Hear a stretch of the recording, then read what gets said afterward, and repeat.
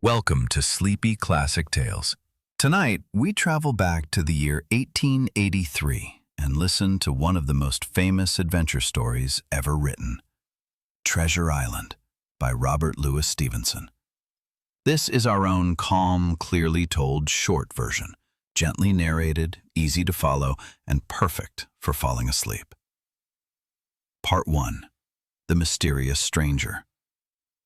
The story begins on the windy coast of England, at a small seaside inn called the Admiral Benbow. The inn is run by a young boy named Jim Hawkins and his parents. One day, a large, heavy man with a long scar across his face arrives and rents a room. He calls himself Billy Bones. From the beginning, he seems restless and tense, constantly watching the sea as if he were expecting something, or someone. Jim quickly senses that Billy Bones is hiding a secret. The man keeps an old sea chest with him at all times, guarding it as if it were a treasure. He spends his days drinking rum, shouting at guests, and threatening anyone who comes too close. Despite his rough behavior, he stays at the inn for months. The atmosphere grows uneasy, and Jim feels that danger has quietly entered their lives. One morning, a strange visitor arrives, a thin, pale man who introduces himself as Black Dog. He asks to speak with Billy Bones. Jim secretly watches as the two men argue violently. Their voices rise, insults are shouted, and suddenly knives are drawn. Billy Bones wins the fight, but Black Dog manages to escape. Shortly afterward, Billy collapses from exhaustion. When he regains consciousness, he tells Jim about his past for the first time. He was once a sailor and a member of a pirate crew.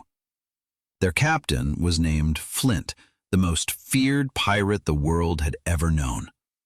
Flint hid an enormous treasure somewhere, and Billy possesses something his former companions desperately want.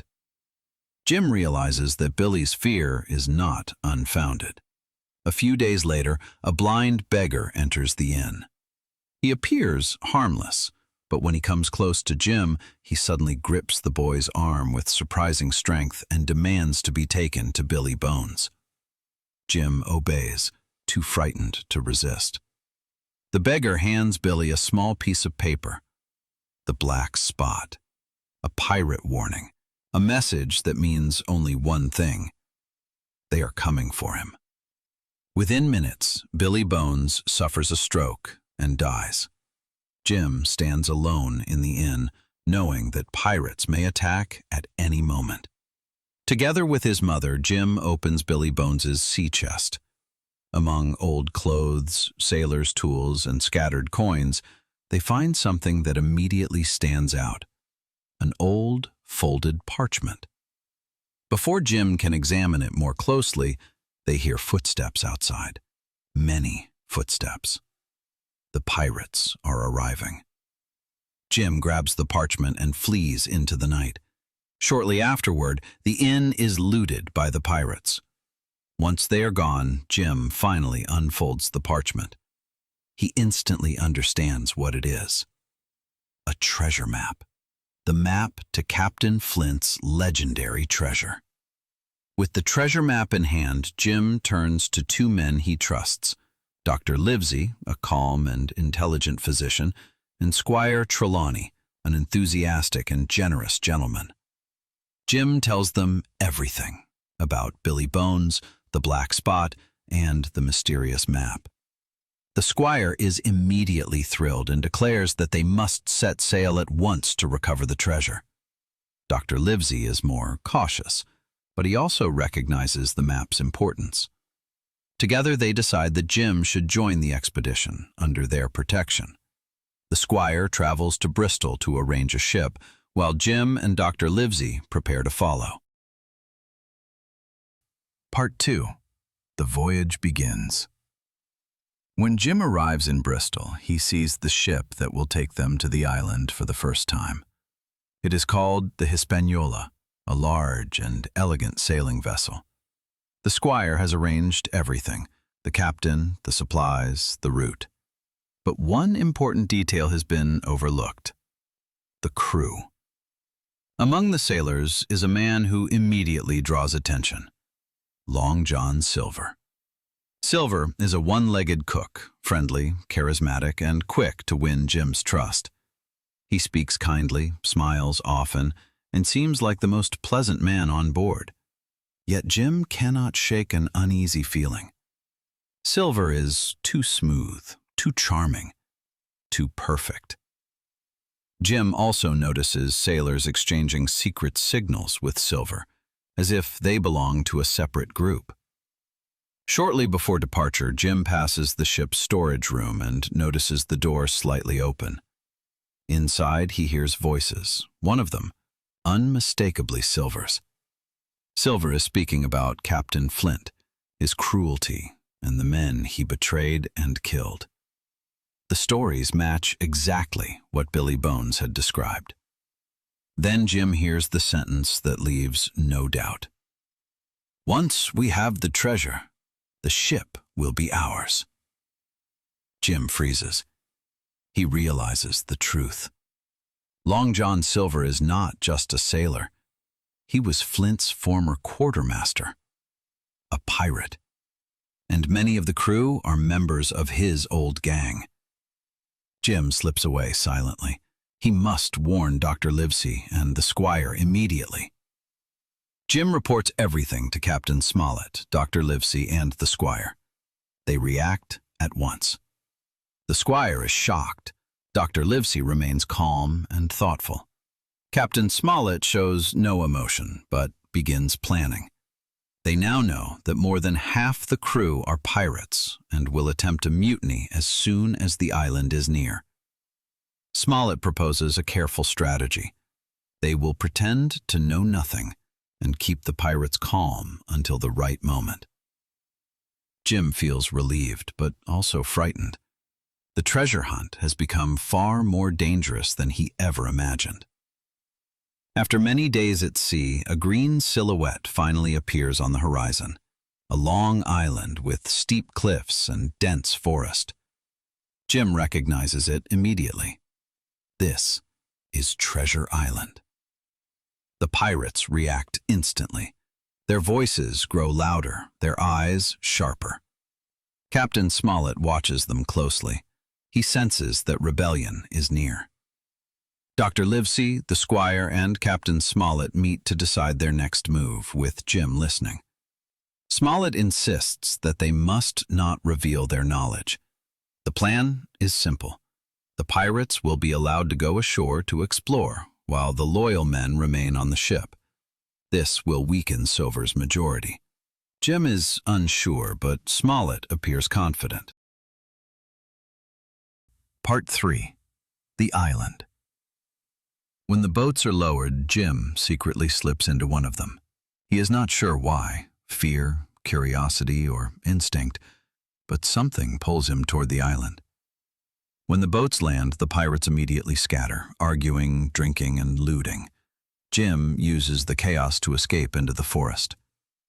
Deep in the forest, Jim encounters a strange figure, a thin, sunburned man in torn clothes. He calls himself Ben Gunn. He claims to have lived on the island for 3 years, abandoned by Flint's crew. Ben Gunn knows the island perfectly. When Jim mentions the treasure map, Ben's expression changes. He whispers that he knows where Flint's treasure is hidden. Jim realizes that Ben Gunn may become a crucial ally. Back at the shore, the pirates begin to argue fiercely. Some want to search for the treasure immediately. Others want to seize the ship first. Jim observes from a distance and realizes how dangerous they have become. Long John Silver plays a double game, sometimes friendly, sometimes threatening. Jim knows he must return to his friends and report everything. Jim reaches an old wooden stockade Ben Gunn had described. To his relief, he finds Dr. Livesey, the squire, Captain Smollett, and the loyal men there. They could no longer safely return to the ship and have fortified this position. Jim reports everything he has learned. Dr. Livesey remains calm and states that if Ben Gunn truly knows where the treasure is, he may save them. Captain Smollett begins organizing their defenses. Soon after, Long John Silver approaches the stockade carrying a white flag. He proposes negotiations. His offer is simple. Hand over the map, and he will spare their lives and allow them to leave. Captain Smollett refuses firmly and openly insults Silver's crew. Silver's smile fades and his voice turns cold. He warns them that they will pay for their stubbornness. Everyone knows the attack will come soon. Before sunrise, the pirates attack. They rush the stockade with wild cries. The defenders fight back. Jim helps reload weapons and watches as pirates attempt to climb the walls. Long John Silver directs the attack with surprising skill. But the stockade holds. The pirates retreat, wounded and exhausted.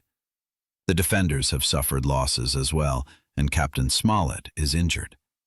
Jim realizes for the first time how deadly the treasure hunt truly is. Part 4. Jim's Trial. After the attack, Jim senses that safety in the stockade will not last. Remembering Ben Gunn's words, he decides to act alone. While the others rest or tend to the wounded, Jim slips away. His goal is the ship. If the pirates regain it, everything is lost. Jim moves through the forest at night and reaches a hidden cove where the Hispaniola's small boat lies. He cuts it loose and drifts out to sea. By morning, he sees the ship ahead. Something is wrong. The deck is in chaos. A fight has occurred. Only one man remains alive. Israel Hands, a dangerous pirate. He claims he wants peace and offers to help Jim sail the ship. Jim agrees, cautiously. Once near shore, Hands attacks Jim, but Jim escapes into the mast and shoots him. Israel Hands falls into the sea. The Hispaniola now belongs to Jim and his allies. Jim returns to the stockade only to find it occupied by Silver and the pirates. Jim is captured. Silver treats him with strange respect, recognizing Jim's intelligence. An uneasy alliance forms between them.